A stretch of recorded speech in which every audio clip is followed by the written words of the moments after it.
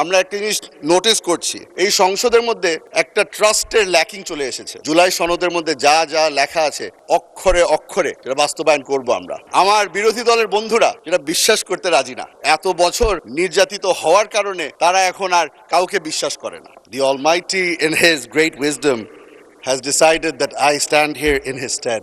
আমি যদি কোনো ভুল করে থাকি আমাকে ক্ষমা করে দিবেন, তবে প্রথমবারের মতো বক্তব্য রাখছি এই সংসদে, কিছুটা তো নার্ভাসনেস আছে। আমি প্রথমে আপনাকে ধন্যবাদ জানাতে চাই। আপনি হয়তো ভুলে গেছেন, তবে আপনার সাথে আমার একটা বেশ পুরানো সম্পর্ক আছে। আমার বাবা যখন বাংলাদেশ জাতীয়তাবাদী দল জয়েন করে, সেই প্রস্তাব আপনি নিয়ে গিয়েছিলেন, আর তার মাধ্যমেই যেহেতু আমার বাবা জাতীয়তাবাদী দল এবং জাতীয়তাবাদে বিশ্বাস করতেন, সেই কারণে আজকে আমি মাননীয় প্রধানমন্ত্রী তারেক রহমান সাহেবের দলে যোগ দিয়ে ওনার সংসদ সদস্য হিসেবে দাঁড়িয়েছি। মাননীয় স্পিকার, এখানে দাঁড়ানোর পরে অনেকেই তাদের নিজ নিজ এলাকার সমস্যার ব্যাপারে কথা বলেন। আমি আজকে সেটা থেকে একটু দূরে সরে যাচ্ছি। রাঙ্গুনিয়া চট্টগ্রাম 7-এর জনগণ আমাকে ভোট দিয়ে এখানে পাঠিয়েছে, কারণ তারা বিশ্বাস করেছে যে আমার মধ্যে হয়তো সেই ক্যাপাবিলিটিটা আছে যেটার মাধ্যমে এই এলাকার সব সমস্যার সমাধান আমি খুঁজে পাব।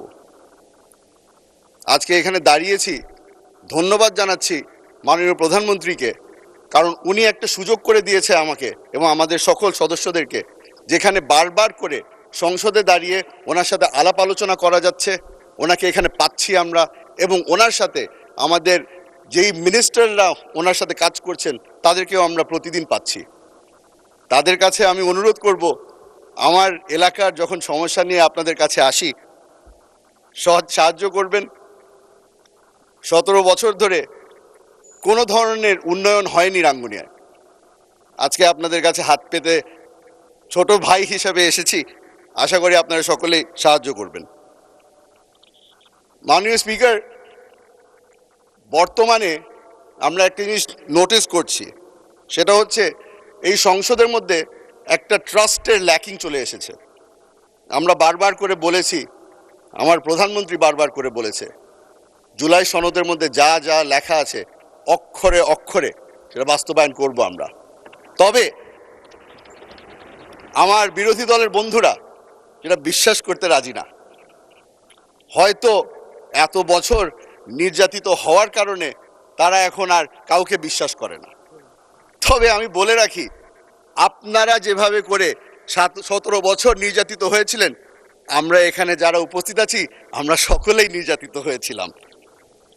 আপনারা যেভাবে করে এখানে সংসদ সদস্য আছে যে আয়না ঘরে অনেক বছর ছিলেন, আমিও সেই একই আয়না ঘরে 7 মাস হয়ে এসেছি।